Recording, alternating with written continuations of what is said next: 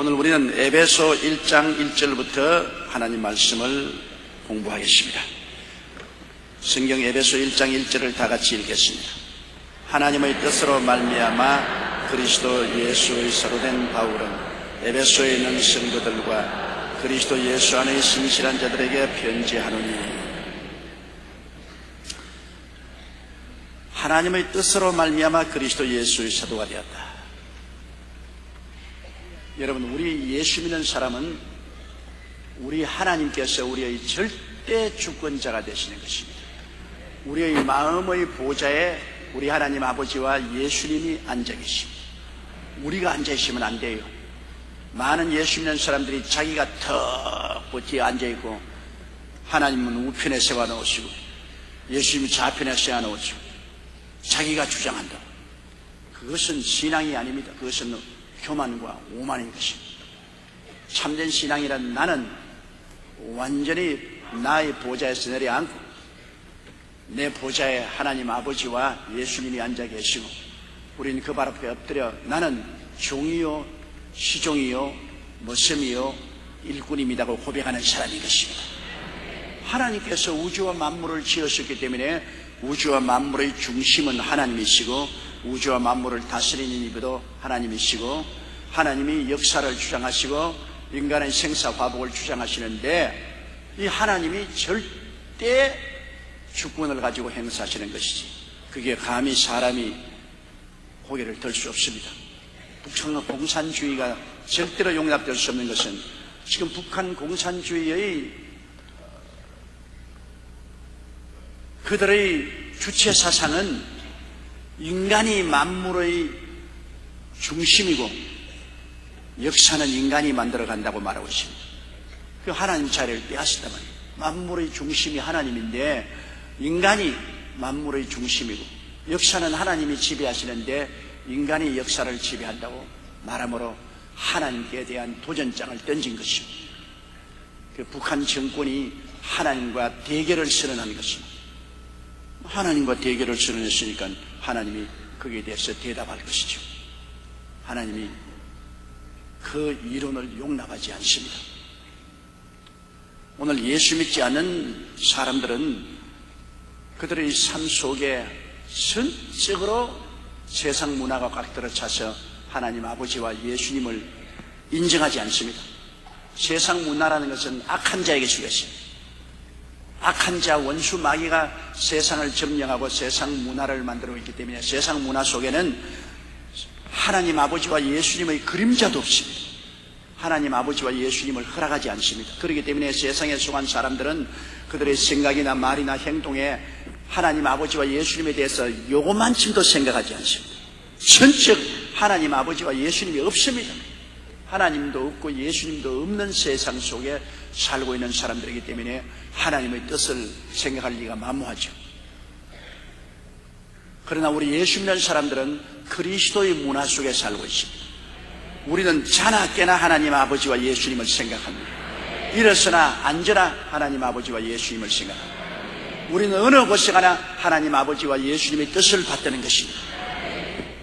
그러므로 우리가 우리나라와 민족을 위해서 기도할 때도 세상 문화가 점령하여 하나님 아버지와 예수님을 내어 쫓아버리고 무신의 나라가 되지 말고 이 나라 정부도 하나님 아버지와 예수님을 모셔드리고 법을 만드는 국회 이수당 안에서도 하나님 아버지와 예수님을 모셔드려야 된다는 것입니다.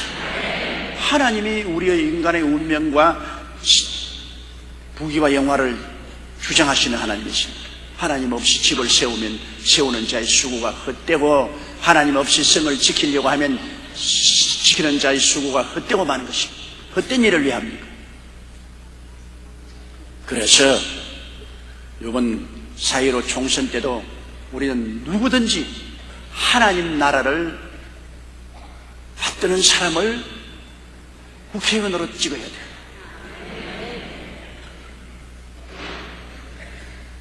이 세상에 정당이 많지만은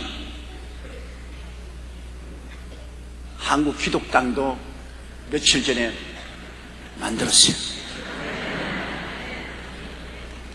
왜냐? 기독교가 국회에 들어가야만 되기 때문에 그렇지 않아요? 하나님의 나라가 세상 나라 가운데 들어와야지. 하늘나라는 세상 나라에서 쫓겨나가면 안 되죠. 주님이 우리 보고 기도할 때 나라가 임하시옵시며 기도합니다. 오늘날 세상 나라가 꽉 들어차서 하늘나라가 들어갈 틈이 없어요. 그래도 우리 한국에는 교회가 처치에 서서 하늘나라가 이곳저곳 있지만은, 그러나 세상 나라의 중심인 정부와 국회에 하늘나라가 들어가지 못하고 있잖아요. 정부와 국회에 하늘나라가 들어가야 되는데, 그게 하늘나라가 들어가기 위해서는 예수 믿는 사람들이 표를 찍어야 돼요. 표로서 하늘나라를 정부에 가지고 오고 국회에 가지고 오는 거예요. 굉장히 중요합니다.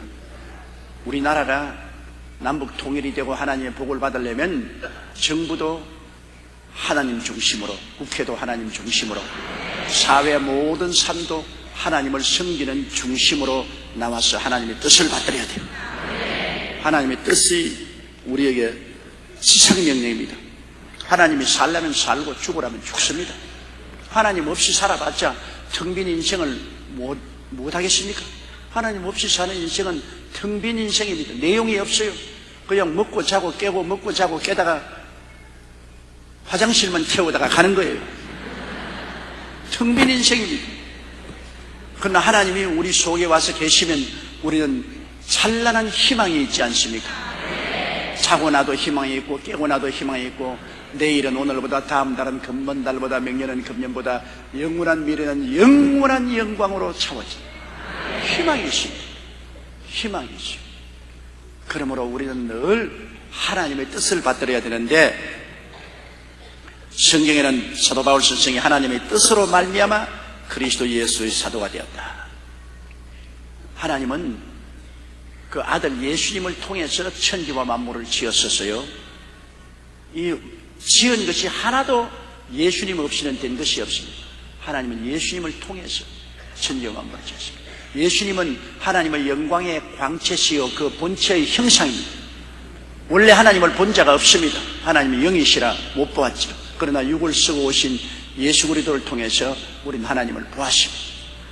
그러므로 예수님은 바로 하나님의 화신입니다. 그 영광의 광채시요 본체의 형상인 거죠. 예수님을 통해서 만물을 지으셨고, 우리 인류를 구원하는 것도 하나님이 예수님을 통해서 인류를 구주했습니다. 요새 우리 한국 시중에도 나와 있는 패션 오브 크라이스트, 예수님 십자가에 못 박혀 죽으신 영화가 미국의 깁슨이라는 사람이 만드는 것이 나왔습니다. 거기에 보면 예수 그리스도께서 로마의 법정에서 매를 맞는 장면이 나오는데, 얼마나 처참하게 매를 맞아 피투성이가 되었던지, 그 영화를 보다가 기절해서 죽은 사람이 2사람이나 있습니다. 예수님 매 맞는 장면에 너무나 충격을 얻어서 죽은 사람이 2사람이나 있어요. 심장마비가 걸렸습니다. 그럴 정도로 예수님이 우리 위해서 그 로마의 법정에서, 빌라도의 법정에서 매 맞는 것이 너무나, 저는 CD로 그 영화를 보았습니다. 보면서 앉아서 제가 늘 한 말이, 그만 때려, 그만 때려, 아유 좀 그만 때려. 이건 뭐 엄청나게 때려가지고서 완전히 기진맥진합니다. 그런 그리스도가 기진맥진해서 십자가를 또 걸머지고 골고다까지 가는데 얼마나 힘이 듭니까? 계속 때리거든, 따라가면서. 로마 군인들이 무자비하게 회초리로 십자가 짊어지고 부둥대는 예수님을 늘 때리고 발길로 차고, 그래서 나중에 피투성이 된 예수님이 십자가에 대못이 박혀서 공중에 높이 매달렸. 나는 그걸 보고 뭘 느꼈냐? 이야, 죄의 값이 저렇게 무서운가? 죄의 값이 저렇게 무서워서 하나님의 아들이 능지처참을 당할 정도라면, 예수님을 믿지 않고 자기 죄를 짊어진 죄인들이 하나님 앞에 설 때 그 심판은 얼마나 무섭겠느냐. 예수님 안 믿고 죽는 사람이 장차 음부에 내려가서 받을 심판이 얼마나 무섭겠느냐. 하나님의 아들도 우리 죄 때문에 십자가에 매달릴 때 저렇게 처참할 정도로 눈을 뜨고 볼 수 없는 정도로 무지막지하게 얻어맞고 찢기고 못 박히고 해도 하나님이 얼굴을 돌이켰습니다. 주님이 얼마나 고통스럽게 하나님이 어찌하여 나를 버리셨나요? 하나님께 버림받았다고 느낄 정도로 처참하게 죄값으로 고난당합니다. 절치로 마음에 느끼 죄값이 저렇게 무섭구나. 보통 호락호락한 대가가 아니구나. 엄청난 대가를 하나님의 아들이라도 인정사정 없이 우리 죄를 짊어졌을 때 저런 고통을 당했는데, 하나님 아들을 믿지 않는 사람들이 자기 죄값으로 받은 심판은 몸서리칩니다. 여러분, 죄값은 사망인데 죄인들이 장차 받을 심판은, 자기 죄짐 지고 받을 심판은 엄청나게 큽니다. 그거 쉽게 생각하지 말아야 돼요. 그러나 예수 믿는 사람들은 우리 대신 예수님이 그 고난 당하기 때문에 예수님의 그늘에서 용서를 받을 수 있거든. 예수님의 은총으로, 예수님의 은혜로 값없이 용서와 의와 영광을 선물로 받았죠. 얼마나 큰 은혜입니까? 은혜로 구원을 선물로 받았다. 선물이라는 것은 그냥 아무 대가 없이 받아서 누리는 것 아닙니까? 그러므로 구원이 엄청나게 큰 선물입니다. 구원을 받지 않은 바에는 안 태어난 것이 훨씬 좋아요. 여러분 나중에 기회에 있거든 그 영화를 보세요. 안 태어나는 것이 훨씬 좋습니다. 바로 내가 예수 안 믿었으면 장차 저런 심판을 받을 것이라고 비춰볼 때는 안 태어난 것이 훨씬 좋아요. 그러므로 하나님의 뜻으로 말미암아 그리스도 예수의 사도가 되었다는 것은 예수의 사도가 되는 것이지 종교의 사도가 되는 건 아닙니다. 하나님의 뜻은 다 예수님 안에서 이루어지는 것입니다. 예수님을 떠나서는 아버지가 아무것도 안 해요. 아버지는 모든 것을 당신의 영광의 광채시여 본체의 형상이신 예수님을 통해서 해요. 기도도 예수님을 통해서 해야 응답을 받죠. 예수 이름으로 기도하지 않은 기도는 헛것입니다. 옛날에 박정희 대통령이 살아계셨을 때 제가 청와대에 가서 식사를 같이 하면서 여러 가지 대화를 나눌 때 박정희 대통령이 자기도 하늘의 하나님께 기도한다 그래요.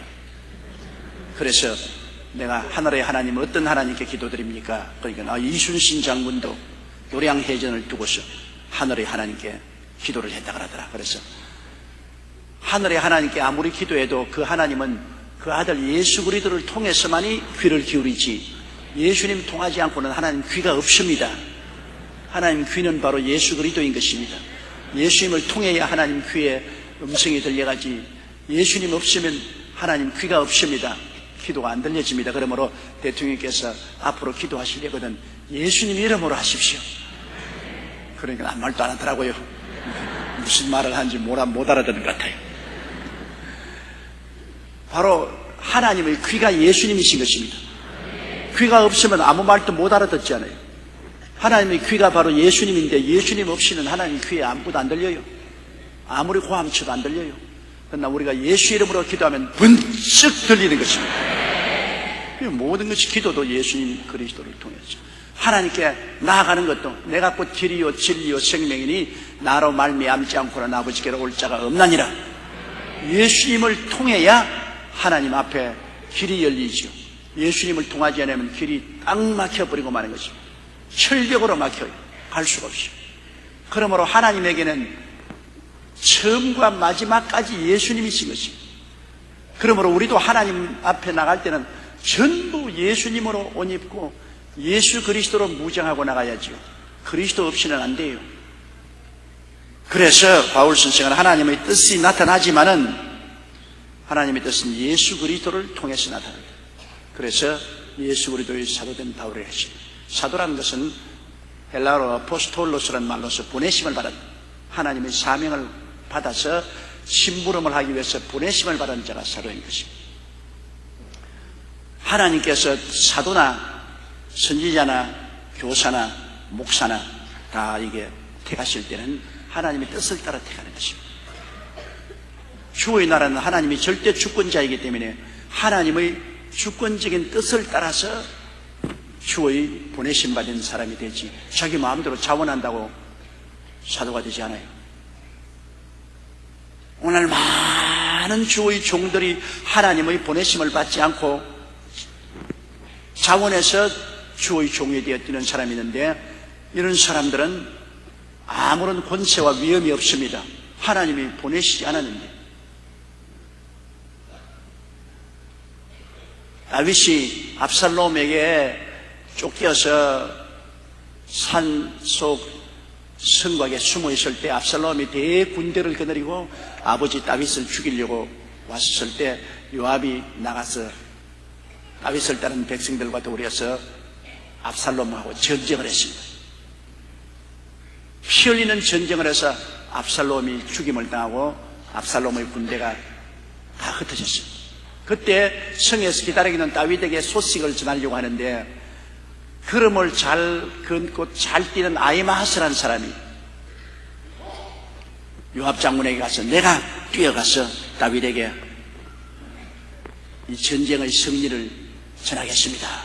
그러니까 요압이 말하기를 너가 가지 마라. 이 소식은 오늘 좋은 소식이 아니다. 전쟁에 이겨서 압살롬이 죽였지만은 그러나 다윗의 아들이 죽었으니까 아버지는 비록 원수가 된 자식이라도 죽었다는 소식 좋아하지 않으니까 좋은 소식이니까 네가 가지 마라. 너는 가지 마라. 그리고 구수 사람을 시켰어. 구수 사람을 시켜서 네가 가라. 그런데 구수 사람이 뛰기 시작했는데 아히마아스가 자꾸 나를 보내주시옵소서, 나를 보내주시옵소서. 요압은 구수 사람을 이미 보냈습니다. 심부름을 해서 메시지를 주었습니다. 근데 아히마아스가 자꾸 뛰겠다니까 그럼 뛰어라. 메시지가 없습니다. 메시지가 없이 뛰었어요. 이건 아히마아스가 얼마나 잘 뛰었던지 구수 사람 앞서 뛰어버렸어요. 그래 성에서 막루에서 보고 다윗에게 파수꾼이 말했습니다. 한 사람이 뛰어옵니다. 그 뛰는 걸음걸이가 아히마아스 같습니다. 아히마아스, 그럼 좋은 소식을 가져올 것이다. 그 아히마아스가 뛰어와서 왕이여 만세수를 하옵소서 헐떡이면서, 그래 전쟁이 어떻게 되었느냐, 내 아들 압살롬이 어떻게 되었느냐, 몰라요. 뭐 야단 법석입니다. 내가 오기 전에 왁 하고 전쟁에 이겼다고 말을 하는데 뭔지 모르겠습니다. 뛰기는 잘 뛰는데 보내심을 바라지 않기 때문에 메시지가 없습니다. 그런데 뒤에 발걸음이 늦고 뛰어오는 구수 사람 청년은 흐득흐득 하면서 뛰어왔습니다. 그 아히마아스 보고 왕이 옆으로 비켜서라. 그 구수 사람 보고서 어떻게 되었느냐, 왕이여 만세수를 하옵소서. 누구든지 왕을 대적하는 사람은 다 압살롬과 같이 되기를 원하나이다. 전쟁은 끝났고 왕의 아들 압살롬은 죽었습니다. 메시지를 가지고 있습니다.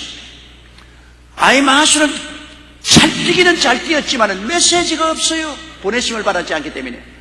그러나 구수 사람은 뛰지를 잘 못했지만 메시지를 가지고 있었습니다. 오늘날도 한 가지요. 하나님의 보내심을 받지 않으면 하버드를 졸업했다, 예일을 졸업했다, 서울대학을 졸업했다, 풀러신학대학을 졸업했다, 훌륭한 간판은 많이 가지고 있어도 그 속에 성령이 주는 메시지가 없습니다. 하나님이 안 보냈으니까. 하나님이 보내시지 않은 사람에게는 영혼을 뒤에 흔드는 메시지가 없어요. 아주 잘 뛰니까 철학적으로, 과학적으로, 역사적으로, 신학적으로, 웅변으로 말은 잘할지 몰라도 사람들의 영혼을 변화시키는 메시지가 없어요. 그러나 하나님께 부르심을 받은 사람은 비록 학력이 모자랄지라도, 그리고 웅변이 모자랄지라도 하나님께서 전달해주는 내용이 있습니다. 메시지가 있습니다. 이런 사람은 서투른 말로 그렇게 웅변지게 하는 말을 하더라도 하나님께로부터 오는 메시지가 있기 때문에 그 말을 듣고 사람들이 감동을 받고 변화를 받고 역사가 일어나게 되는 것입니다. 메시지가 있느냐 없느냐가 중요한데, 하나님의 보내심을 받지 않은 사람은 메시지가 없어요. 하나님이 보낸 사람에게 하나님이 편지 써서 메시지 보내지, 하나님이 안 보낸 사람에게 자원에서 뛰겠다는 사람에게 하나님 메시지 안 주는 것입니다. 그러므로 주의 종이 된다는 것은 하나님의 부르심과 보내심을 받는 확실한 증거가 있어야 되는 것입니다. 그래야 하나님께서 그에게 메시지를 주셔요. 성령으로. 늘 기도할 때마다 하나님 보내신 사람이기 때문에 성령으로 메시지를 주셔요. 그러므로 속에서 우러나오는 레마를 전하죠. 하나님 메시지를 전하지만은 하나님 보내심 받지 않은 사람은 성령이 우러나오는 메시지를 안 주기 때문에 머리로 연구하는 로고스를, 머리에서 연구하는 그냥 로고스를 전하기 때문에 믿음도 안 생기고 감동도 안 생기는 것이죠. 하나님의 뜻을 따라 예수의 사도로 보내심을 받은 바울이었어요. 바울은 당내줍니다. 나는 그냥 내가 스스로 사도된 것 아니다. 하나님의 영원한 뜻을 쫓아서 나를 선택하여 나에게 메시지를 들려서 예수의 사도로 보냄을 받았다. 그러므로 너는 하나님을 대변하고 하나님이 주신 메시지를 가지고 있다. 바울 선생은 기도할 때마다 성령이 하나님이 주시는 메시지를 그 마음속에 허락해 주신 것입니다. 저도 그래요. 저도 46년째 목회를 하고 있지만은 어떻게 한 사람이 한 교회에 46년 동안 목회할 수 있습니까? 내 머리로서 하라고 했다면 벌써 머리가 12조각이 나고 말았을 것입니다. 하나님이 저를 부르셔서 보내셨기 때문에 엎드릴 때마다 성령이 메시지를 주셔요. 하나님이 보내셨으니까 하나님 메시지를 주시니, 주일날마다 강단에 설 때는 하나님이 보내심을 받아 강단에 서기 때문에 메시지를 주시죠. 또 수요일날 성경 공부 시간에도 서면 하나님이 보내셔서 서기 때문에 기록된 성경 말씀 내에 있는 하나님의 메시지를 깨닫게 해주시죠. 그래서 이 한 강당에서 46년간 복음을 전할 수 있는 것은 조용기의 지혜와 지식이나 총명이나 모략이나 재능으로 한 것이 아니라 하나님이 메시지를 주셨기 때문에 하나님 메시지를 전함으로, 저도 인간의 힘으로 하지 않고 하나님 능력으로 했고, 또 여러분도 늘 이 강단의 메시지를 듣고 마음이 새로워지고 은혜도 받고 복을 받는 이유가 거기에 있는 것입니다. 하나님의 메시지가 중요한 것입니다. 그런데 이 바울 선생은 에베소에 있는 성도들과 예수 그리스도 안의 신실한 자들에게 편지를 했는데, 이 바울이 에베소를 쓸 때는 로마의 감옥에 있었습니다. 그는 복음을 전하다가 잡혀서 로마의 감옥 속에 갇혀 있지만은 그 속에서 에베소, 빌립보, 골로새 같은 주옥 같은 성경을 썼습니다. 바울 선생이 왜 복음을 전하다가 감옥에 갇혔는지 그때 생각하면 탄식스러운데, 지금 제가 생각하면 그 오래 감옥에 갇혀 있었으면 좋았을 뻔당했습니다. 왜냐? 그냥은 복음을 전하고 여행하고 한다고 너무 시간에 쫓기기 때문에 편지 쓸 시간이 없어요. 그런데 하나님이 두고두고 후세 하나님의 진리의 말씀을 바울을 청해서 나타내려고 시간을 허락하려고 하는데, 그냥 풀어놓으면 일한다고 바빠서 시간이 없기 때문에 감옥에 가둬놓은 것입니다. 강제로 감옥에 가둬놓으니까 뭐 어쩔 도리가 없잖아요. 감옥에서 이제 편지 쓰는 것입니다. 그래서 감옥에서 편지 쓴 것이 에베소, 빌립보, 골로새서도 있고 디모데 전후서, 데살로니가 전후서, 이거 다 감옥에서 옥중서 쓰는 것입니다. 예, 그때는 감옥에 갇힌 것이 큰 불행이지만은 우리로 볼 때는 얼마나 할렐루야인지 모르겠어요. 바울이 감옥에 갇혔기 때문에 오늘날 우리가 이렇게 은혜를 받는 주옥 같은 말씀으로, 저는 이 에베소, 빌립보, 골로새 읽을 때 너무나 마음이 감동됩니다. 하나님의 그 뜻과 예수 그리스도의 신성에 관해서 그렇게 깊이 있게 말씀을 적을 수가 없어요. 바울 선생이 가장 깊은 계시를 바로 에베소, 빌립보, 골로새서에 기록하고 있습니다. 그것은 감옥에 있어서 그가 묵상하고 기도하면서 성령의 인도를 받아 편지를 쓸 수 있었기 때문에 이렇게 훌륭한 것입니다. 이렇기 때문에 우리가 모든 것을 먼 눈으로 봐야 돼요.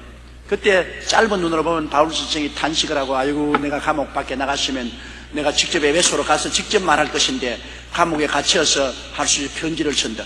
편지를 썼기 때문에 오늘날 우리에게도 이 진리가 남아있지. 직접 가서 이야기하셨으면 들은 사람 다 죽어버리고 지금 아무것도 없을 것입니다.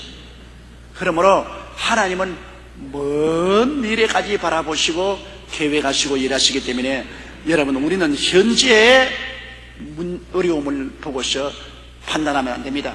하나님을 사랑하는 자, 곧 그 뜻대로 부르심을 이룬 자들에게는 모든 것이 합력하여 선을 이루는, 지금 안 좋은 것이 사실 보면 장차 좋은 것입니다. 지금 괴로운 것이 장차는 큰 영광을 갖다 줄 수 있는 기회가 된다는 것입니다. 그렇기 때문에 우리 주를 믿는 사람은 어떠한 환경에 처하든지 주 안에서 꿈이나 희망을 버리지 말고 긍정적인 마음의 자세를 버리면 안 돼요. 어떻게 어려워도 꿈을 버리면 안 되고 희망을 버리면 안 되고 마음이 부정적이 되어서 좌절하고 절망하면 안 돼요.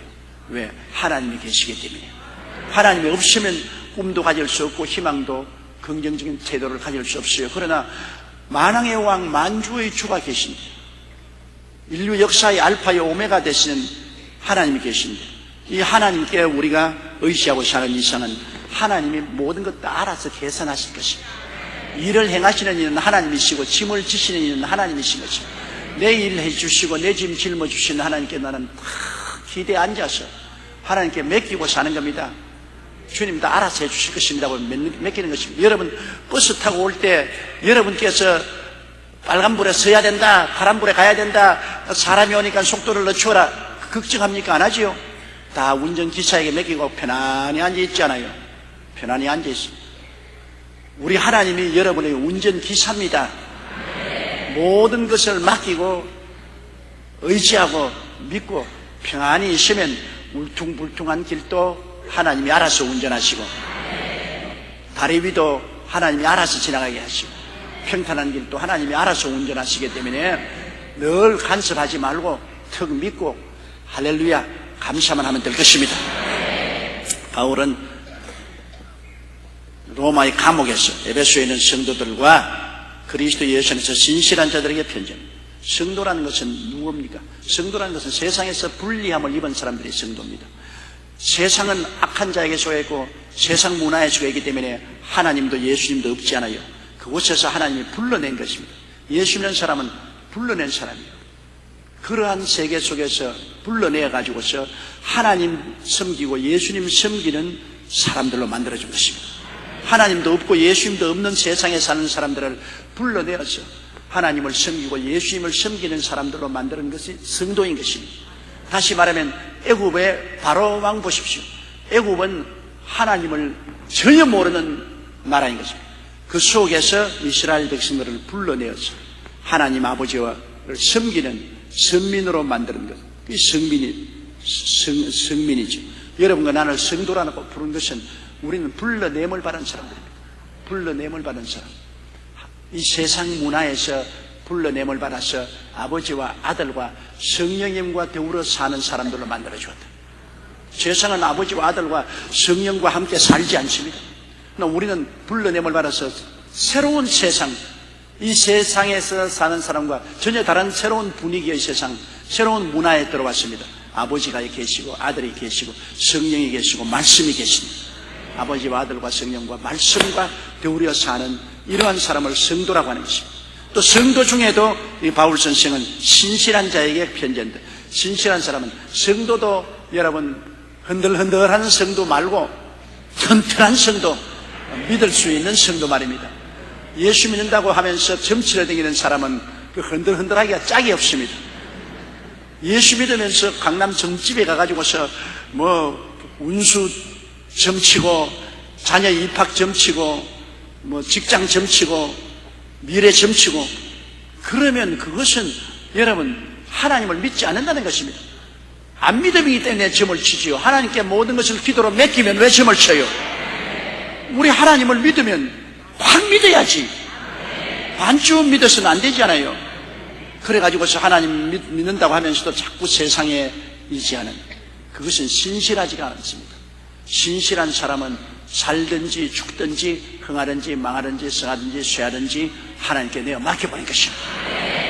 하나님이 운명을 주장하시기 때문에 기도와 믿음으로 맡기는 것이지 점쳐서 서로 알았다고 하더라도 귀신이 여러분 우리 미래를 좌우하지 못합니다. 우리 운명을 좌우하지 못해요. 우리는 하나님의 진리를 알고 진리 속에 서서 믿고 기도하면 하나님이 알아 돌봐주시는 것입니다. 2절요. 하나님 우리 아버지와 주 예수 그리스도로 쫓아 은혜와 평강이 너에게 있을지어다. 하나님 우리 아버지와 주 예수 그리스도가 우리에게 주시는 것이 은혜와 평강인데 이 은혜라는 것이 여러분 어떤 것입니까? 은혜라는 것은 제일 첫째는 은혜라는 것은 영적인 깨달음이 은혜인 것입니다. 영적 깨달음은 뭐냐? 예수 그리스도께서 우리 위해서 십자가에 몸짓고 피 흘려 주셔서 우리를 죄에서 용서와 의로움과 영광을 주셨고, 우리에게 거룩하게 함과 성령 충만을 주셨고, 그리스도의 십자가를 통해서 우리를 치료하시고 건강을 주시고 저주에서 건져주시고 아브라함의 복을 주시고 죽음과 멸망에서 부활과 영생과 천국을 주신 오중복음, 이것은 여러분 신령한 은혜인 것입니다. 영적인 은혜인 것입니다. 세상적인 은혜가 아니에요. 세상에 주는 건 아닙니다. 예수님을 통해서 오는 것은 다 신령한 것입니다. 세상에서 오는 것은 육적인 것이요 물질적인 것이지만 예수님을 통해서 오는 것은 다 신령한 것인데, 예수님이 주시는 이 은혜를, 이게 진리를 깨달은 것이 큰 은혜입니다. 못 깨달으면 내가 예수 그리스도를 믿어 무엇인지 모르지 않아요. 예수 그리스도 안에서 나의 새로운 정체성을 깨달은 굉장히 은혜죠. 영적인 은혜입니다. 그 다음 은혜라는 것은 심적인 은혜입니다.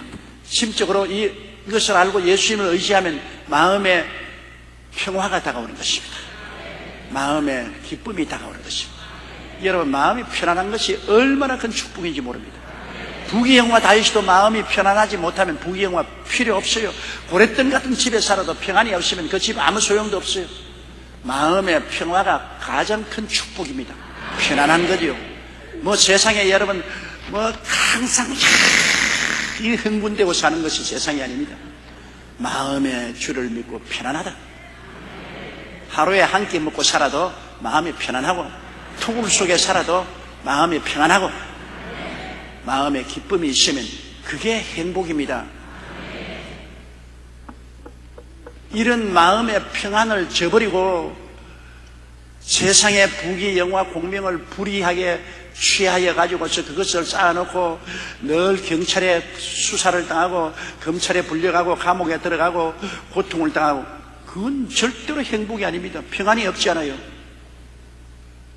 그러므로 예수 그리스도 안에서 평안한, 영적으로 진리를 깨달음으로 오는 은혜, 그 다음 심적으로 예수 그리스도와 함께 있으므로 그리스도에게 다 맡기고 마음속에 평안한 것, 마음에 평안한 것, 그리고 기쁨이 있는 것, 이것이 은혜고, 또 환경적으로 예수 그리스도로 말미암아 우리가 병이 낫고 큰 은혜 아닙니까? 문제가 해결되고 하는 일이 번창하고 복을 받으면 이거 은혜 아닙니까? 이런 여러 가지 복합적인 것이 우리에게 임하는 것을 은혜라고 말하는 것입니다. 은혜는 복합적인 것입니다. 영적인 깨달음, 마음의 평안과 기쁨, 환경의 복, 이런 것이 다 은혜 속에서 넘쳐난 것입니다. 그러므로 이 은혜가 하나님 아버지와 예수 그리스도를 쫓아서 은혜가 우리에게 오고, 또 은혜가 오면은 또 마음의 평안도 같이 다가오는 것입니다. 평안, 은혜와 평안. 우리 예수 믿는 사람들이 다 은혜와 평안이 있어야 돼요. 하나님 아버지와 예수를 통해서 영적인 깨달음, 마음의 기쁨과 평안, 그리고 육신과 생활에 하나님이 도와주시는 역사가 일어나고, 이러므로 말미암아 마음이 하나님의 은혜를 감사한다. 은혜라는 것은 하나님이 주시는 이런 놀라운 축복, 감사하고 또 심신이 평안하면 이것보다 더 좋은 것이 어디 있습니까? 하나님이 우리에 대한 근본적인 뜻은 환난이 아니라 평안이고 저주가 아니라 축복인 것입니다. 은혜와 평강이 있기를 원한다고 바울 선생은 말했습니다. 우리에게 은혜가 있어야 돼요. 예수 믿고 난 다음 은혜를 못 받으면 여러분 그 예수 믿는 신앙은 형식과 의식이 되게 말아요. 은혜라는 것은 우리 영혼을 뒤에 흔드는 변화를 가져옵니다. 십자가 앞에서 그리스도를 만나고 여러분 내가 진리를 깨닫게 되면은 진리를 알지니 진리가 너희를 자유케 하냐, 마음이 얼마나 자유를 얻는다고요. 그 예수님 만나고 내 마음속에 성령이 오셔서 기쁨이 충만하고 마음의 기쁨이 넘치고 소망이 넘치게 되고, 그리고 생활에 하나님 축복이 오고 평강이 온다. 이런 체험이 오면 우리의 신앙이 강해지는 것입니다. 체험이 오면 강해져. 체험이 없는 신앙은 지식만 가지고 있다가 시련을 겪으면 하나님이 살아계신 확실한 증거가 없기 때문에 그만 바람에 밀려가 버린 것입니다. 하나님의 살아계신 체험을 하면 내가 굳게 꽉 설 수 있어요. 그 체험이 굉장히 중요합니다. 체험을 무시하면 안 돼요. 우리가 진리를 듣고 난 다음에 하나님의 성령의 은혜로 체험을 해야 돼요. 체험을 하면 능력 있는 신앙이 돼요. 오늘 내가 인터넷 편지를 하나 받았는데요.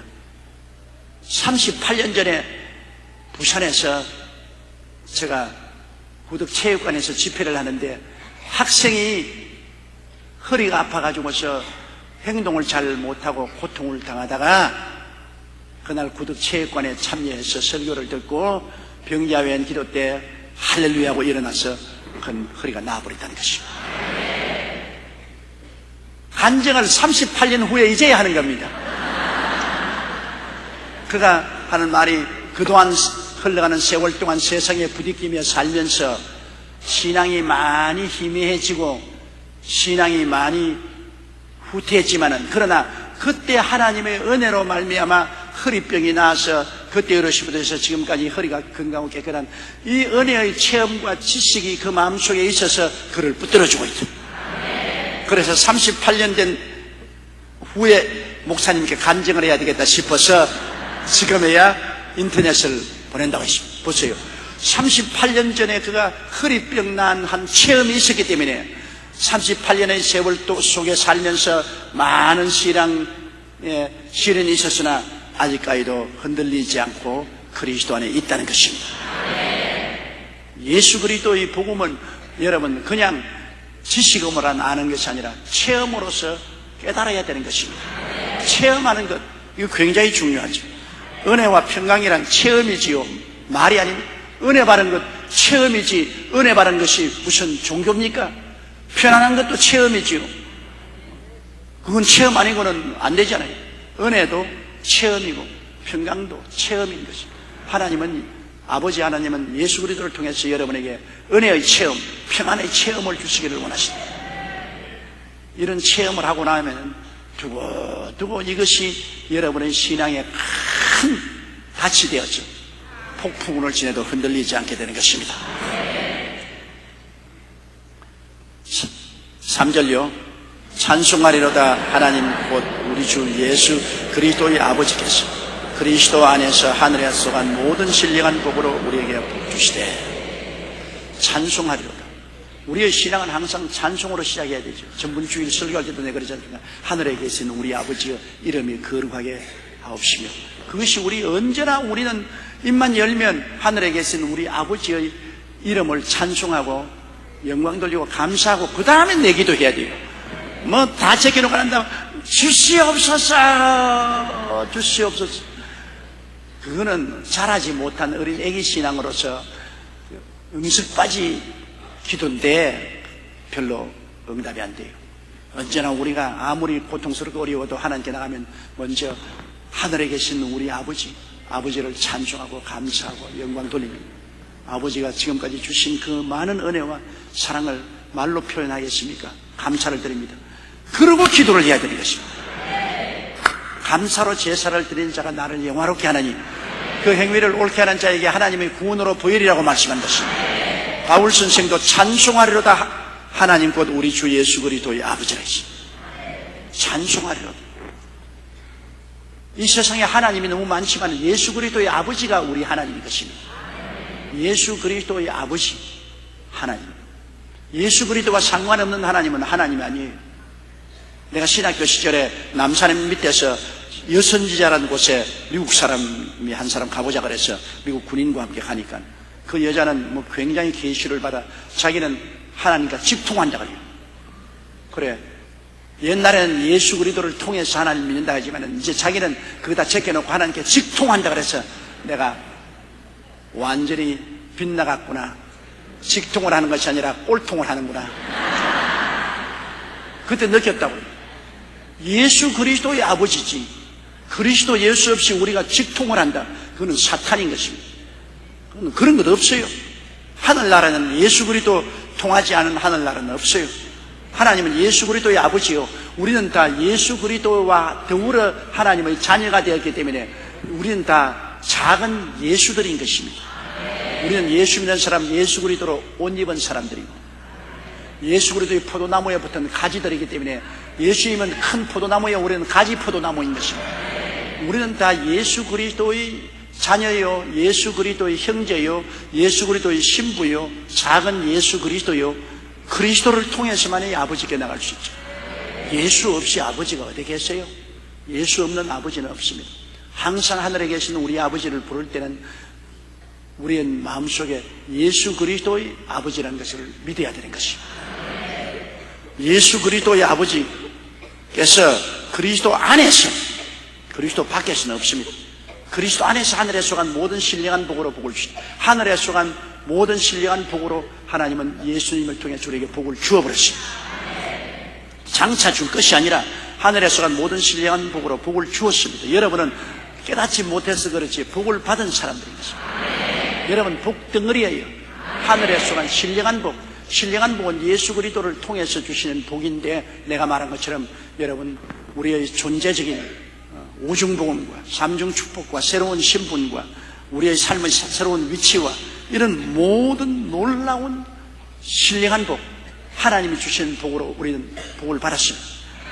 제가 이번 부활절 전 새벽기도회에 우리 신앙인들이 반드시 알아야 될 복에 대해서 제가 5강좌를 지금 예비하고 있는데요, 우리가 어떠한 복을 받았는지 확실히 알아야 돼요. 자기가 어떤 복을 받은 것을 알아야 담대하게 기도도 할 수 있고 전도도 하고 나갈 수 있지. 자기가 받은 복을 확실히 모르면 안 되죠. 그런데 하나님께서는 여러분 우리에게 하늘에 속한 모든 신령한 복으로 이미 복을 주셨습니다. 장차 줄 것이 아니라 이미 주셨습니다. 우리가 필요한 것은 깨달아서 누리면 돼요.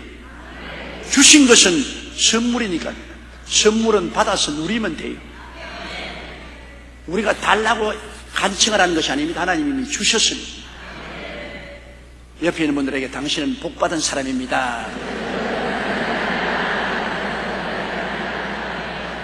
복을 받은 사람이 엄청난 복을 받았습니다. 하늘에 있는 모든 신령한 복으로 이미 복을 주셨습니다.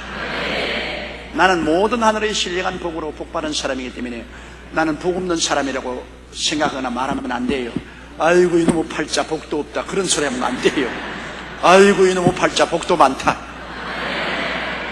우리는 복받은 사람입니다. 따라 말씀하시죠. 나는 예수님 안에서 하나님 아버지의 복을 받은 사람이다. 나는 복덩어리입니다. 할렐루야. 저는 늘 그렇게 하고 살아오고 있습니다. 매일매일 저는 하나님 앞에서 하나님 나는 복받은 사람입니다. 예수 그리스도 안에서 하나님이 모든 신령한 복으로 복을 주었기 때문에 나는 복받은 사람입니다. 복받은 사람이기 때문에 내가 어느 곳에 가든지 복이 임할 수밖에 없습니다. 복받은 사람. 이런 복 있는 사람이 얼마나 좋아요. 복 있는 사람이 덜에 가면 덜이 복을 받고 집에 들어오면 집이 복을 받고 떡반죽 그릇을 만지면 떡반죽 그릇이 복을 받고. 그런데 복 없는 재수 없는 사람이 들어오면은 모든 것이 다 무너집니다. 그렇지 않아요? 어떤 사람은 복을 받은 사람이 들어오면은 같이 있어도 모든 일이 술술술 잘 풀리고 복이 임하는 거예요. 세상적으로 말하면 이 말은 믿는 사람이 하지 말아야 되겠지만 재수 없는 사람이 들어오면은 아주 하는 것마다 다 망쳐버려요. 다 박살나요. 복은 사람 따라오지 환경 따라오지 않습니다. 성경에는 복 있는 사람이라고 말했습니다. 복은 사람 따라와요. 그런데 우리가 예수 믿고 하나님 자녀가 되면 우리는 복 있는 사람이 됐어요. 하늘의 모든 복으로 복을 받았어요. 그걸 자꾸 틀어버리면 안 돼요. 내가 자꾸 받았다고 입으로 시인해야 돼요. 마음에 믿어 이르고 입으로 시인하여 구원을 이르나니 나는 나를 볼 때 언제나 복받은 사람으로 바라보고 복받은 사람이라는 것을 믿고 복받은 사람 된 것을 늘 감사하고 그리고 복받은 것을 입으로 자꾸 시인해야 돼요. 따라 말씀해. 복받은 사람인 것을 깨닫고 바라보고 믿고 감사드리고 입으로 시인하자. 꼭 그렇게 해야 돼요. 할렐루야. 너무나 놀랍지 않습니까? 사람들은 복을 못 받은 줄 아는데 성경은 말하기를 찬송하리다 하나님 곧 우리 주 예수 그리스도의 아버지께서 그리스도 안에서 하늘에 쏘간 모든 신령한 복으로 우리에게 복을 주셨다. 4절요. 곧 창세전에 그리스도 안에서 우리를 택하사 우리로 사랑 안에서 그 앞에 거룩하고 흠이 없게 하시려고. 창세전에 그리스도 안에서 우리를 택했다. 창세전에, 여러분 창세기 보면 태초에 하나님이 천지를 지으시니라 나오죠. 하나님이 천지를 지으시기 전에 이미 우리를 택했다. 그러니 하나님이 지식의 부유함 보십시오. 하늘과 땅과 세계와 그 가운데 모든 것을 지으시기 전에도 하나님은 계시는데요, 뭐라고 계시는지는 알 수가 없어요. 어떤 사람이 그런 질문을 했습니다. 어거스틴에게 나가가지고서 하나님이 천지와 만물을 창조하시기 전에 뭘 하셨습니까? 뭐라고 계셨습니까? 어거스틴이 가만히 보고 천지와 만물을 창조하시기 전에 뭐 했냐고요? 너를 지옥에 보내려고 준비하고 있었다. 우리는 성경에 하나님이 계시해 놓은 것 이외에는 모릅니다. 창조 전에 하나님이 뭘 하셨는지 그것은 하나님이 말씀하지 않으셨습니다. 하나님은 영원하신 분이기 때문에 이 지구의 창조는 시작이 있고 끝이 있지만 하나님은 시작도 끝도 없으신 영원하신 분이시기 때문에 영원 전에 하나님이 뭘 하시는지 모르겠죠. 하나님이 지구를 짓기 전에 천지를 짓기 전에 뭘 하시는지 모르겠지만은, 그러나 천지와 만물이 지어지기 전에 영원 전에 이미 하나님 속에서는 여러분을 보시고 아시고 택하신 것입니다. 여기에 보면 천국 백성의 숫자를 하나님이 정해놓은 것을 알 수 있습니다. 뭐 모조리 다 휩쓸어서 천당하는 것이 아니고 이미 하나님께서 창세전에 그리스도 안에서 우리를 택하신 것을 보면 창세전에 벌써 시대를 따라서 얼마나 많은 사람을 불러서 하나님 백성으로 구원하겠다고 이미 하나님이 속에는 정해놓은 것입니다. 우리는 몰라서 그냥 자꾸 전도하죠. 그렇지만 하나님은 이미 구원받을 사람 정해놓은 것입니다. 그런데 감사하게도 우리 한국은 하나님이 아시아에서 이렇게 많이 예정한 사람을 불러주셨습니다. 내가 복음을 전해보면 열심히 전하긴 전하지만 일본에는 물질은 우리보다 잘 살지만 너무나 택함받은 사람이 적은 데 대해서 촉구를 느낍니다. 그렇게 열심히 전해도 일본 사람들은 복음을 안 받아들인 것, 일본 사람은 원망할 것 아닙니다. 하나님이 안 택했기 때문에 안 받아들인 것입니다. 택한 사람에게는 성령을 보내셔서 마음에 감동을 하고 변화시켜서 들어오게 만들지 않습니다. 저 많은 인도 사람들, 저 많은 중동 사람들, 거기에 가면 가뭄에 콩날만큼 크리스찬이 있습니다. 하나님이 많이 택하지 않으셨습니다. 여러분, 하나님께서 무조건 하고 모든 나라, 모든 백성을 다 택한 것은 아닙니다. 하나님은 절대 주권자이기 때문에 주권자는 좋다 나쁘다 선택의 자유권이 있습니다. 하나님이 당신이 좋아하는 사람 택하고 좋아하지 않은 사람 안 택하는 것입니다. 어찌할 도리가 없어요. 하나님은 주권자십니다. 당신이 원하신 대로 하시죠. 그 전능하신 하나님이 많은 백성들을 택하는 중에 한국 사람들을 더 좋아하시고 또 여러분을 좋아하셔서 택해 주셨다. 놀라운 일입니다. 여러분, 보통 일이 아닙니다. 하나님이 영원한 천국을 상속으로 그 아들 예수님과 함께 주려고 여러분을 택해 주셨다. 택함을 받지 않고 주님께 나올 수 없어요. 아버지께서 내게 오게 하지 아니하시면 아무도 올 자가 없다고 예수님이 말했습니다. 아버지가 오게 해야 돼요. 아버지가 성령으로 여러분을 불러셔야 돼요. 그런데 아버지가 여러분을 부르셨다. 이거 신비 중에 신비입니다. 그럼 뭐 말로 전도하는? 그래도 하나님이 우리를 부르실 때는 전도를 통해서 부르시기 때문에 열심히 전도해야 돼요. 전도를 통해서 우리가 사람들에게 복음을 전하는데 하나님이 택한 사람은 그 귀에 들리고 하나님이 안 택한 사람은 귀에 안 들린 마이동풍이다. 다 같이 복음을 듣고도 한 사람은 날 보고 부르시는 것이다. 다른 사람은 웃기는 소리 하지 마라, 미친 소리 하지 말고 잠이나 자라. 똑같은 음성을 들어도 한 사람은 그 음성이 마음의 감동이 오고 다른 사람은 안 오지 않습니까? 그 주님께서 뭐라 하시냐, 내 양은 나의 음성을 듣나니. 주님의 양이 아닌 사람은 주의 음성을 듣지 않고, 내 양은 나의 음성을 듣나니 내가 저들을 인도하겠다고 말씀하신 것입니다. 여러분은 하나님의 양으로서 주의 음성을 들었습니다. 그리고 감동을 받고 따라 나섰다. 놀라운 일이죠. 어쩌다가 그렇게 복을 많이 받았습니까?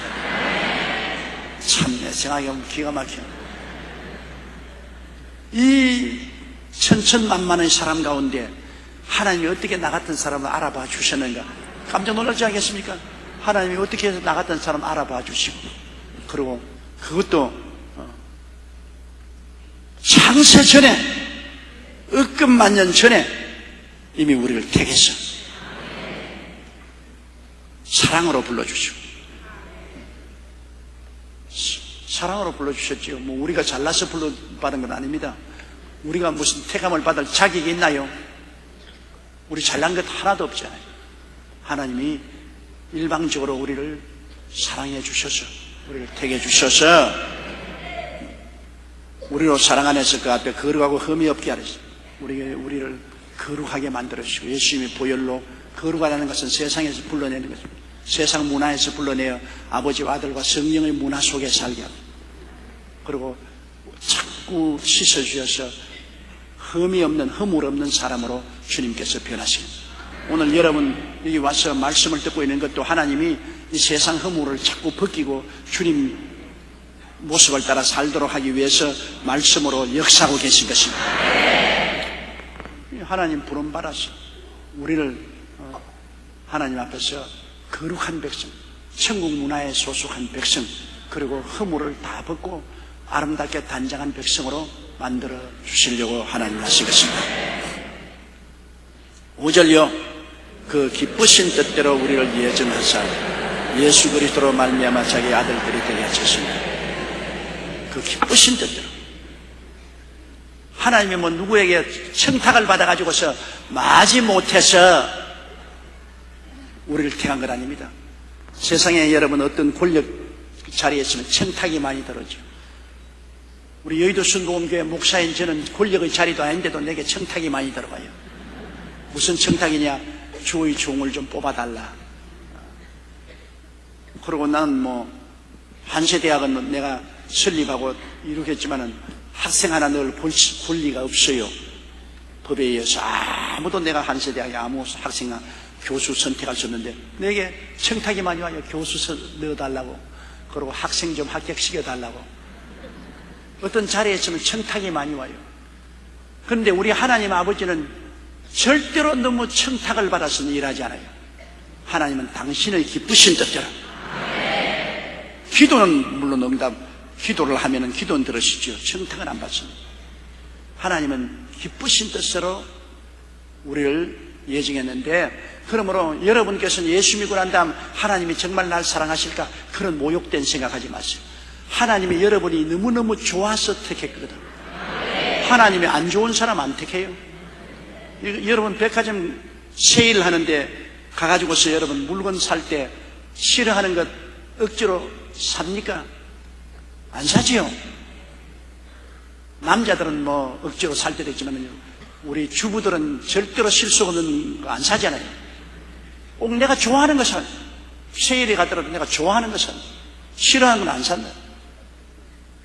우리가 물건을 사도 싫어하는 것, 좋아하는 것 선택하는 것.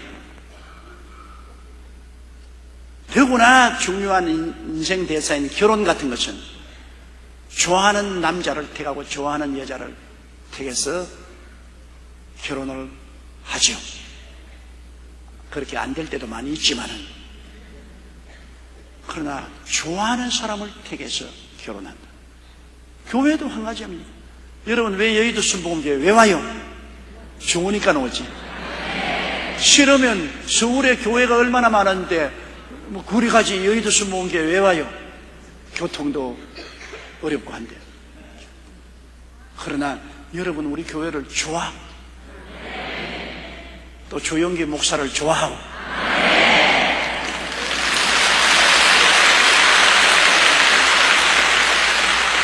그러니까 여러분이 이 자리에 오시는 거예요. 그런데 하나님이 여러분을 택한 것은 청탁을 받거나 누구에게 강제를 당해서 택한 것이 아니라 당신의 너무너무 기뻐서 좋아해서 택한 거예요. 기쁘신 뜻대로 하나님이 여러분 좋아해가 택해놓고 좋다, 정말 내 자식들 좋다.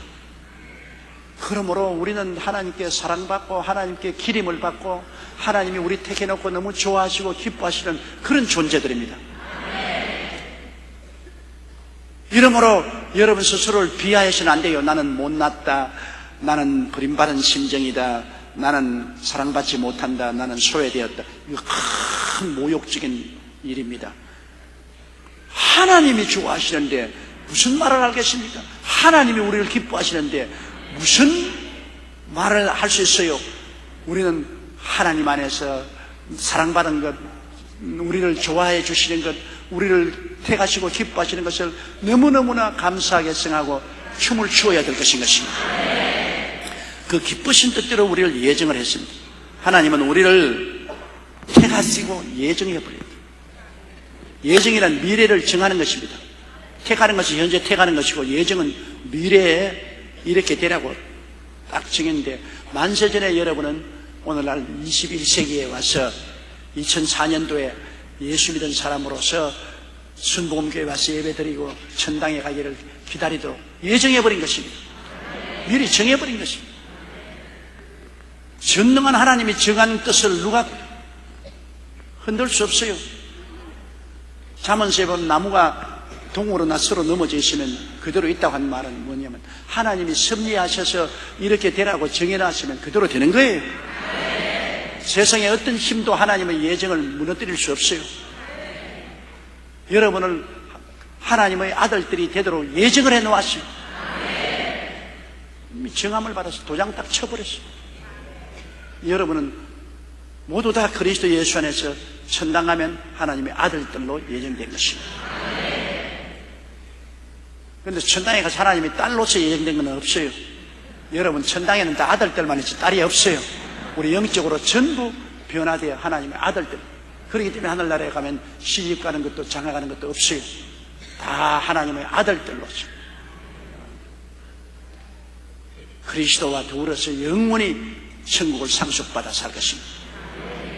예수님과의 관계는 오늘 세상으로 비유할 때 신랑과 신부와의 그런 관계지. 그러나 실제적으로 여러분 오늘 세상이 말하는 그러한 이성적인 결혼이란 없습니다. 우리는 다 하나님의 아들들로서 주님과 영원히 함께 살 것입니다. 그러므로 그 기쁘신 뜻대로 우리를 예정을 해놓은 예수 그리스도로 말미암아 자기 아들들이 되게 하신다. 하나님의 예정은 굽힐 수 없으니 여러분이 예수님을 버리지 않은 이상은 절대로 하나님은 버리지 않습니다. 따라 말씀하십시오. 하나님께서 절대로 나를 버리지 않으신다. 여러분이 배반하면 안 돼요. 여러분이 하나님을 배신하면 그때는 뭐 하나님이 택하고 예정해 놓으셔도 여러분이 하나님을 배신해버리면 그건 다 무효가 되죠.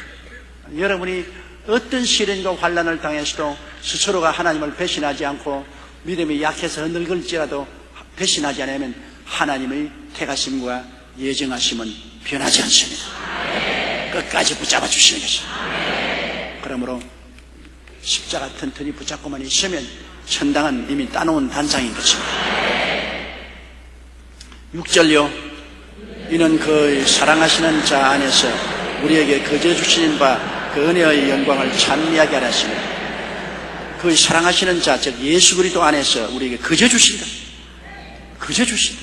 공짜다.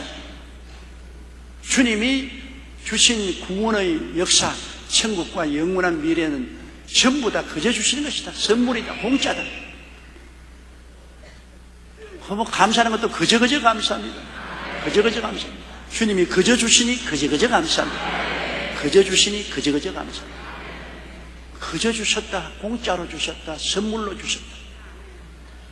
예수님도 선물이고 내 구원도 선물이고 천국도 선물이고 하나님은 일하시고 짐을 짊어지시고 그 열매를 선물로 주셨다. 우리가 필요한 것은 믿고 순종만 하면 되는 것입니다. 하나님이 거저 주십니다. 여러분의 사는 것도 거저 사는 거예요. 하나님이 여러분의 인생을 위해서 짐을 짊어지시고 일을 하고 계세요. 지금도 여러분을 위해서 일하시고 짐을 지고 계세요.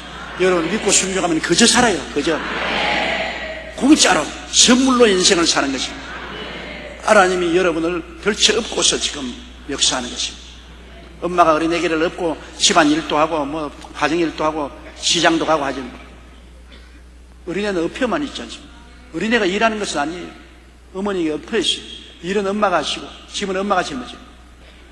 여러분이 사는 것은 하나님께 업혀서 사는 것입니다. 여러분의 일은 하나님이 하시고 여러분의 짐도 하나님이 지시고 여러분은 업혀서 살아요. 공짜로 사는 거지. 그저 사는 거지.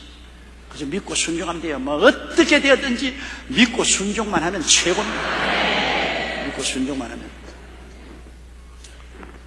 그래서 우리가 하나님께 그저 주시는 은혜를 받고 구원을 받았은즉 그 은혜와 영광을 영원히 찬미하게 됩니다. 지금도 그저 감사한데 미래도 깨달으면 깨달을수록 더 그저 감사하다. 가슴이 저에게 감사하다.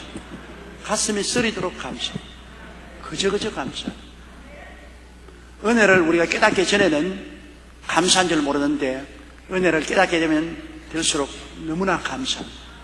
영원히 하나님께 영광을 돌립니다. 우리가 잘한 것 아무것도 없이 우리가 잘한 것 아무것도 없이 우리는 전부 잘못 태어났고 잘못 살았고 잘못 생동했는데 예수님 그 고난 통해서 그리스도의 보혈로 능력으로 그저 용서받고 그저 구원받고 그저 천국 얻었으니 그 은혜를 우리가 너무너무 감사해야 되는데 우리의 마음이 너무 무뎌져 가지고 들으면 막 그런가 보다. 너무너무 감격이 없는 우리들이 되고 마는 것입니다. 우리는 좀 더 성령님을 통해서 하나님께 나갈 때 감격이 있으면 좋겠는데 감격이 없어요. 나는 오랫동안 최자실 목사님하고 목회했는데 최자실 목사님의 하나의 특이한 점은 감격이 많아요. 그래서 조금만 하면 눈에 눈물이 금실하고 그만 눈물이 툭툭툭 그러고 엉엉 울고 그런데 나는 그냥 맹성 좀 울고 싶은데요 눈물이 안 나옵니다. 늘 맹성 참 답답해요. 그냥 우리 최자실 목사님이 나란 말이 아이고 저 목사야 눈에 눈물이 좀 있으면 얼마나 좋겠네. 저 목사가 설교할 때 강단에서 좀 엉엉 울면 교인들이 속 시원하게 따라서 울 건데 눈물이 없어서 그렇다. 눈물이 마음대로 만들어져야 말을 하지. 안 만들어져. 그러나 나중에 우리 천당 가면은 마음에 큰 감격으로 깨닫게 될 것입니다. 지금은 희미하게 보니까 큰 감격이 없는데 천국 가서 그 영원한 영광의 아름다움에 참여하게 될 때 그때는 하나님의 은혜가 얼마나 컸다는 것 그저 주신 은혜가 그 당시 깨닫고 천당에 가서는 참 늘 눈물이 마를 날이 없이 감사와 기쁨의 눈물이 넘쳐날 것입니다. 할렐루야. 7절요 우리가 그리스도 안에서 그의 은혜의 풍성함을 따라 그의 피로 말미암아 구속과 죄사함을 받았으니 그리스도 안에서 그 은혜의 풍성함을 따라 하나님의 은혜가 그냥 조금 준 것 아닙니다. 하나님의 은혜는 풍성하다. 은혜는 그저 주는 하나님의 축복은 풍성하다. 우리 하나님은 언제나 풍성한 하나님입니다. 야훼는 나의 목자시니 내게 부족함이 없어. 풍성하다. 풍성. 우리 하나님이 아예 우리를 너무너무나 인색하게 대접하는 그런 하나님이라고 생각하는 것은 참 잘못입니다. 하나님은 언제나 풍성해요. 보세요. 눈도 하나만 있어도 되는데 두 개나 주셨어요. 콧구멍도 하나만 있어도 숨 쉬는데 두 개나 주셨어요. 폐도 두 개나 주셨고 손도 두 개 주시고 발도 두 개 주시고 주님은 다 여유 있게 주셨어요. 우리의 삶도 주님께서는 여유 있게 살기를 원합니다. 내가 온 것은 양으로 생명을 얻게 하되 풍성히 얻게 하려 합니다. 주님은 풍성하신 하나님이십니다. 그러므로 그 은혜가 풍성하다. 하나님은 은혜를 찔끔찔끔 주시는 것이 아니라 풍성하게 주시죠. 하나님이여 성령으로 말미암아 은혜를 더 풍성하게 달라고 기도하는 것이 하나님 뜻입니다. 그 은혜의 풍성을 따라 피로 말미암아 구속과 죄사함을 주시죠. 구약에 보면은 죄를 지으면은 속죄 제물로서 짐승을 잡아서 피를 흘려요. 그리고 하나님 앞에 죄뿐 아니라 사람에게도 죄를 지으면 속건 제물, 하나님께도 용서를 받고 세상 사람하고도 화목하는 속건 제물로 짐승을 잡아 피를 흘려요. 그리고 감사와 화목 제물로도 짐승을 잡아 피를 흘려야 돼요. 매일매일 드리는 번제물, 하나님께 온전히 태워드리는 번제물, 하나님께 전적으로 우리가 헌신하는 번제물도 피를 흘리고 태워서 모든 것이 피 흘림이 없은 즉 죄사함이 없습니다. 피 흘려 구약의 강물같이 흐른 그 모든 피는 예수 그리스도 하나님의 아들들이 어린 양이 되어서 우리 위해서 십자가에서 영원한 제물로 피 흘릴 것을 상징적으로 보여주신 것입니다. 구약의 모든 제사의식은 예수 그리스도 안에서 다 이루어진 것입니다. 속죄 제물, 속건 제물, 번제물, 감사 제물, 화목 제물, 모든 제물은 예수 그리스도 안에서 다 이루어진 것인데, 그런데 그 예수 그리스도의 피로 말미암아 하나님께서 우리를 하나님 앞에 값주고 사게 한 것입니다. 우리가 하나님 앞에서 버림을 받았죠. 범죄해서 하나님이 버려버렸습니다. 마귀의 종이 되었죠. 그런데 도로 예수님이 피값으로 우리 죄를 하나님 앞에 다 청산했기 때문에 하나님께서는 이제 성령으로 마귀에게 버림받은 우리를 도로 찾으신 것입니다. 믿음을 통해 도로 찾으십니다. 마귀가 우리 점령한 것 무슨 권리가 있어 점령 아닙니다. 하나님이 버리시니까 주워 잡은 거예요.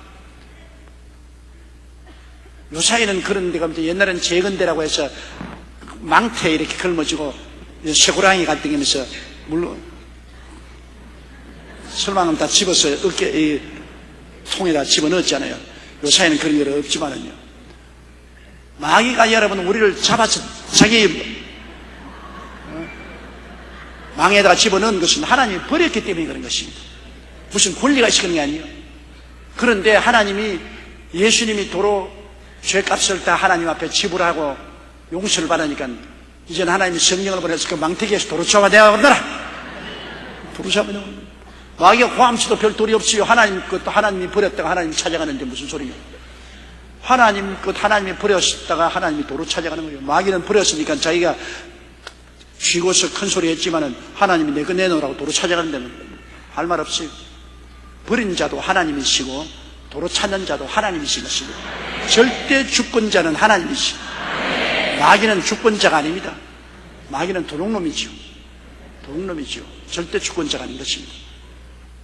하나님은 우리 주 예수 그리스도의 피로 말미암아 우리를 도로 값주고 사서 죄를 용서하시고 하나님의 자녀로 회복시켜 주신 것입니다.